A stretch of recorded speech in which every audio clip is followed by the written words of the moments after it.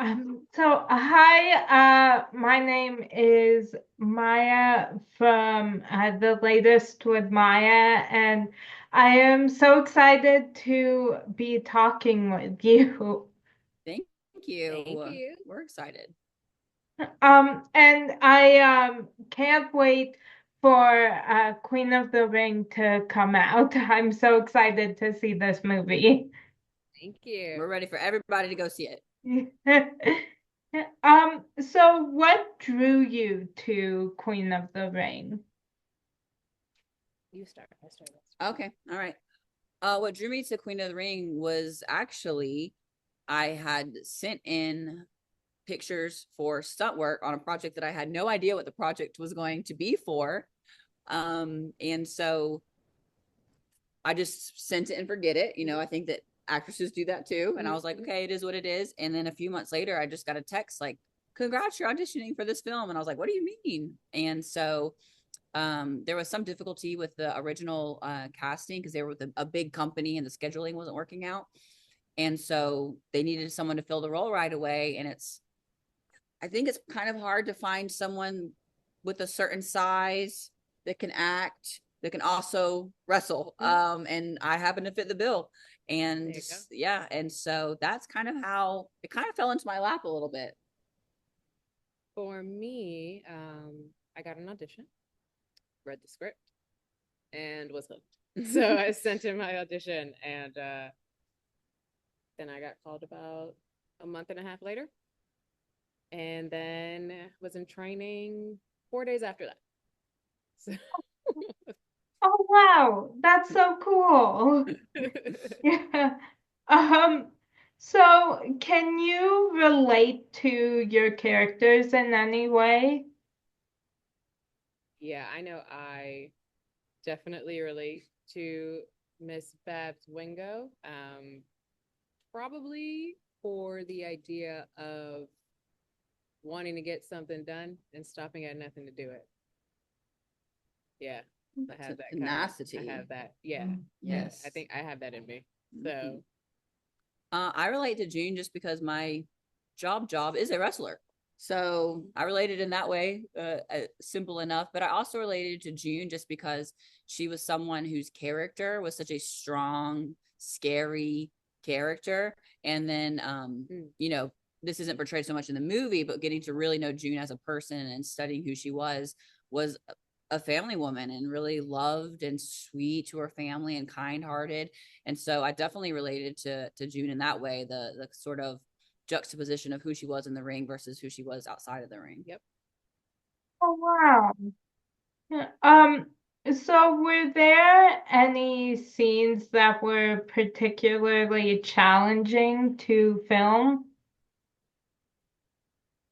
I would say for me, um, the the fight scene that I have with Mildred, when when the actors who are on the sidelines playing the crowd can't yell and they're all pantomiming and you have to keep up the same energy you would as if you were in an arena or just a wrestling hall with all these people screaming, and you have to make it look like they are. That was a really big challenge because a lot of the energy in the ring does come from the people who are watching. So whenever we had to do silent takes like that, that was definitely a challenge. So sorry, this is imagine when COVID happened and the way a lot of the businesses were doing it were empty arenas. So we were having to do wrestling matches like that with, and you get it. We're like Tinkerbells in there. Yeah, like we get our, like we need the fans. We look to you guys for the energy, and so I totally understand that as because it's the exact same in like just a real wrestling match. It's like we feed off of that energy and those fans and stuff. So same thing for acting. It was so hard when you didn't have that to play off right. of. But then also in the back of your mind, you're like, these two clips are going to come together. They could be cut together. Yeah. So one shot could be when everybody's screaming in real life, and then the next one could be when they're not. But you have to keep the same energy because in the edit, they might be spliced together, and you cannot show that you were in two different energy fields while you were filming. So that was a challenge, but we did it. We got through it. Yes. Oh, wow. Yeah. So what genre of movie would your life story be told as? I'm gonna answer for Babs. Um, Babs's life story would be told. I feel like it'd be told as a. I feel like it would be told as a an action movie with a lot of dramedy and family dynamics.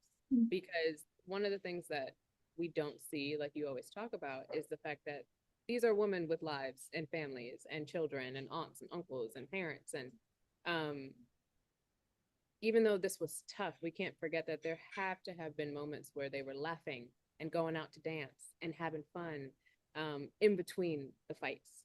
So, yeah, I think Babs would have some type of big that family loves each other. Babs and her sisters and their descendants love each other. So I can imagine that same energy would have existed then.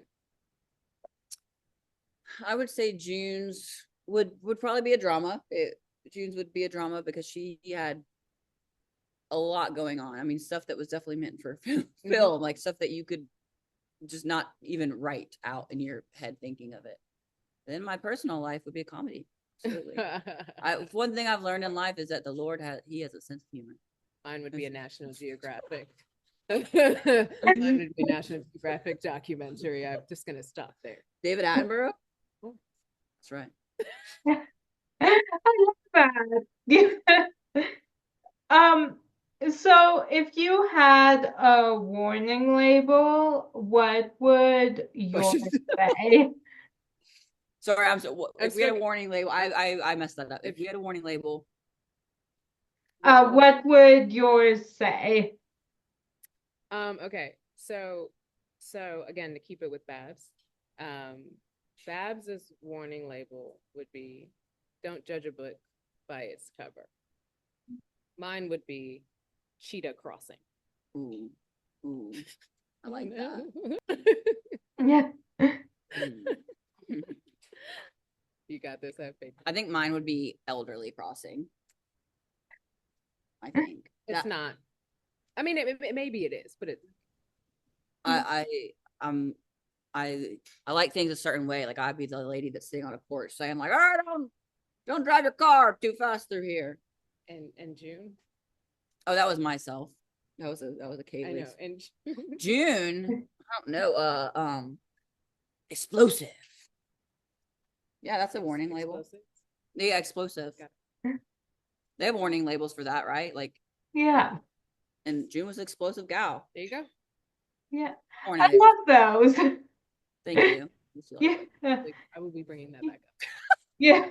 You do me, that will be coming back. So what song best describes your life right now?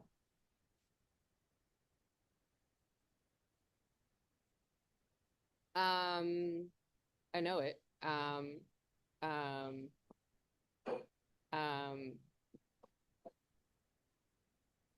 The River Sings by Enya. Why? It's about a crossing. It's about triumph, but it's beautiful, and that's how I like to think about the earth and the world at all times. Just remembering that even if you can't see it, the sun's somewhere. So yeah, I think mine would be. It's called Psalm 46. I think it's by Shane and Shane, and I have a lot of faith in my life. The River Sings. Sorry, that's the name. What did you say it was? I said The River Crossing. The River Sings. The River Sings. Okay. Anyway. You know, I bet if they Google something along the lines, they'll find it. No, it's fine. No, sorry, you go. No, it's good. Just like I thought of Dolph last, But anyway, sorry. Psalm 46 by Shane and Shane. And again, because I have a lot of faith in my life, and it's basically talks about how the Lord is there with you through it all, through the hard times. And he'll fight your fights, and you don't have to fight your fights or defend yourself or anything like that. And you just kind of just trust in him and his plan, and everything will. I'm gonna mess this up because it's a cliche little saying, but it was basically like, it's basically like if it's not good, it's not the end, and it's like because at the end, everything will be all good. So, yeah. So if it's not good yet, don't worry because it's not the end. Touche. I like those. Yeah. So my final question for you is, so were there any scenes from the movie that you had to do multiple takes and would make it on a blooper reel? That's good. My These blooper are some good questions, reel. girlfriend. My Thank blooper you. from this movie would be one scene where I was supposed to say that I eventually said, um, "Hey Mill, my sister's done gone with Billy Mm-hmm. and Nell." Um, and then blah blah blah blah blah. And I walked in with confidence, and I looked at Mildred, and I said, "Hey Nell, my sister's done gone with Mildred and Billy or something like that." And like the best part was Emily let me do Yes, this yeah. entire take saying the names wrong. And so did everyone in production who was watching. And then when we finish, I just heard Ash go, "Going again." And I was like, "Yeah, got it." Wait, when did you realize? Yeah. Halfway through. Yeah. The blooper that I would remember the most is when I flipped off Ash, the director, because Oh, because she is a brick house. well, no, because you mentioned that you have to take a lot of takes and stuff, and we were on the final scene, and we were on like day 3 of filming it. We were, and I will say, not trying to brag, but I did all my own stunts. So I was pretty tired by that third day, and then he wanted maybe just like a little shot of something, and so we were kind of like going through the motions, and then he came up over the intercom and was like, "Well, we need more than that," and so yeah, I was tired at that point. It was real. Let's just put it Mm. that. Yeah. Hey, but all that, what, someone in Louisville, because the background actors were there, he came up to me. He was like, "I hope that made it in the movie." No, I mean, that's the, He was like, "That was my favorite part." it can all be used. Yeah. Oh, I love that. Thank you for not judging me. No, Yeah. No, I would never judge. Thank you. Yeah. Yeah. thank you so much. Yeah, thank you so much for taking the time to answer my questions. It's been just such an honor to speak with you, and I can't wait for everyone to see this movie. So thank you. Thank Thank you. We're you. super excited.